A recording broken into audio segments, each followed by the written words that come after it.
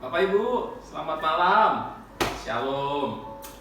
Hari ini saya bersyukur masih diberikan kesehatan, kekuatan, masih bisa menyapa Bapak Ibu Saudara yang ada di rumah. Terima kasih buat setiap perhatian yang Bapak Ibu sudah berikan pada kami keluarga di pastori ini. Dan malam hari ini Bapak Ibu Saudara, kita akan kembali diberkati dengan firman Tuhan. Sebelum kita diberkati dengan firman Tuhan, saya mengajak Bapak Ibu untuk berdoa dulu. Selamat malam Tuhan Yesus, selamat malam Bapa di surga. Terima kasih karena hari ini kami masih diberi kesempatan untuk kami boleh hidup, kami boleh sehat, dan sebentar kami akan kembali menikmati berkat firman Tuhan sebelum kami istirahat di hari ini. Terima kasih buat segala penyertaan Tuhan dari pagi, malam, sampai hari ini. Kami boleh diberikan kekuatan, kami boleh diberikan kemampuan untuk kami boleh menghadapi hidup di akhir zaman ini. Firman-Mu menjadi kekuatan dalam hidup kami. Terima kasih Tuhan. Di dalam nama Tuhan Yesus kami berdoa. Haleluya. Amin. Bapak Ibu, saya akan membacakan ayat firman Tuhan. Ayat firman Tuhan diambil dari kitab Amsal Sulaiman pasal yang ke-18 ayat yang ke-14. Amsal pasal yang ke-18 ayat yang ke-14. Demikian firman Tuhan Bapak Ibu. Orang yang bersemangat dapat menanggung penderitaannya, tetapi siapa akan memulihkan semangat yang patah? Sekali lagi saya bacakan tuh Bapak Ibu. Orang yang bersemangat dapat menanggung penderitaannya, tetapi siapa akan memulihkan semangat yang patah? Amsal 18 ayat yang ke-14. Bapak Ibu, dalam kehidupan kita sehari-hari bukan perihal besar atau kecil, berat atau ringan setiap masalah yang kita hadapi. Masalah itu tidak kita undang datang sendiri Bapak Ibu. Tetapi yang terpenting adalah bagaimana sikap kita saat berhadapan dengan masalah itu yang perlu diperhatikan. Jangan pernah kita menyerah, jangan pernah kita putus asa. Karena dalam Filipi pasal 4 ayat yang ke-13 katakan, segala perkara dapat kutanggung di dalam Dia yang memberikan kekuatan kepadaku. Bapak Ibu, putus asa, patah semangat, menyerah di tengah jalan adalah satu sikap yang justru akan menenggelamkan kita ke dalam permasalahan yang lebih sulit lagi, bahkan semakin sulit. Maka saudara Ibu, untuk kita menang dibutuhkan sikap yang pantang menyerah, sikap yang tetap semangat, yang tidak kunjung pudar, dan kita bisa kuat menghadapi setiap masalah itu. Bapak Ibu teringat kisah dari Nabi Elia. Pada waktu itu Nabi Elia meskipun sebagai Nabi Tuhan pernah mengalami satu masalah yang membuat dirinya kehilangan semangat hidup. Padahal pada waktu itu Nabi Elia berhasil mengalahkan 450 Nabi Baal dan 400 Nabi Asyera yang telah membuat bangsa Israel menyimpang dari iman kepada Tuhan. Kejadian itu membuat Isabel murka. Bapak Ibu tahu kisah itu. Maka Isabel menyuruh seorang mengatakan kepada Elia, beginilah kiranya para Allah menghukum aku. Bahkan lebih lagi daripada itu, jika besok kira-kira pada waktu ini aku tidak membuat nyawamu sama seperti nyawa salah seorang dari raja mereka itu. Suatu raja-raja pasal yang ke-19 ayat yang kedua.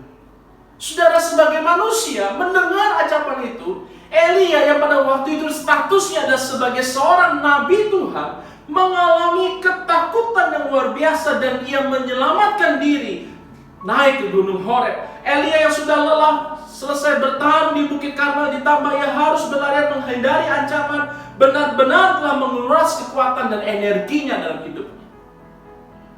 Dan terlebih ketakutannya terhadap ancaman yang didengar yang membuat ia mengalami kelelahan secara rohani. Bukan hanya fisik Bapak Ibu. Kalau fisik, kita istirahat, kita tidur, kita bangun dengan tubuh yang sehat, kita kembali dipulihkan. Tetapi bagaimana menghadapi kelelahan secara rohani? Sehingga Nabi Elia berkata begini, cukuplah itu sekarang ya Tuhan.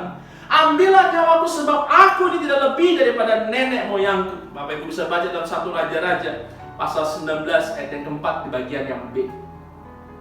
Bersyukur Tuhan tidak selalu menjawab doa demikian dengan doa Elia.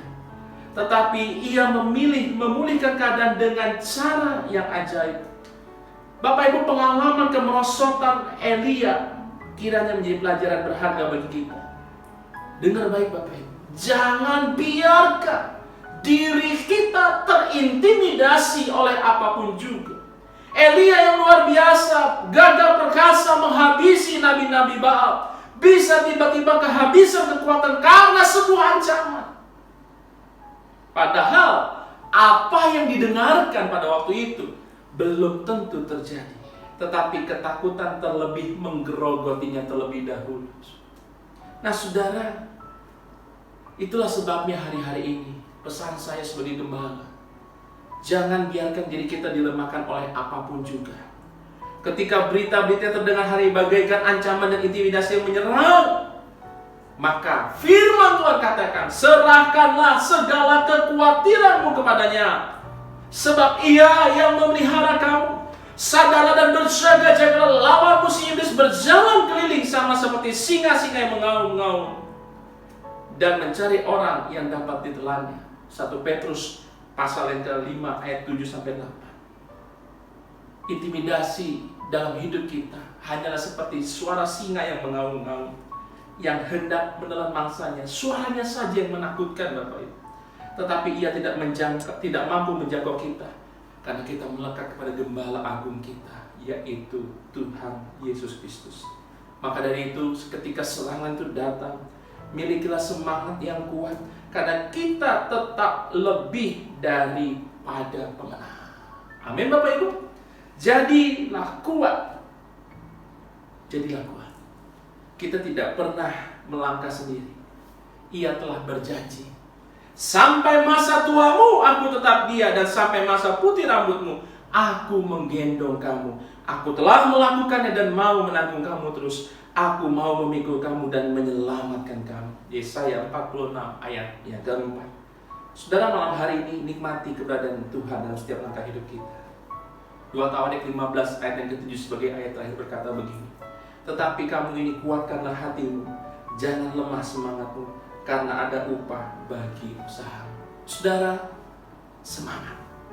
Semangat, semangat. Karena semangat itulah yang membuat kita tetap berkobar-kobar. Semangat dalam melayani, semangat dalam beribadah, semangat di dalam apapun juga, saudara. Ketika intimidasi itu datang, kita tidak kelelahan secara jasmani maupun secara rohani, tetapi kita terus memandang kepada Tuhan, karena Tuhanlah gembala agung kita. Jangan pernah menyerah, jangan berputus asa. Mujizat Tuhan ada bagi kita yang percaya. Amin. Mari Bapak Ibu kita berdoa bersama-sama. Bapa, di dalam nama Tuhan Yesus Kristus, malam hari ini sebelum kami tidur ke tempat tidur kami masing-masing, malam hari ini firman Tuhan mengingatkan kami untuk kami selalu bersemangat.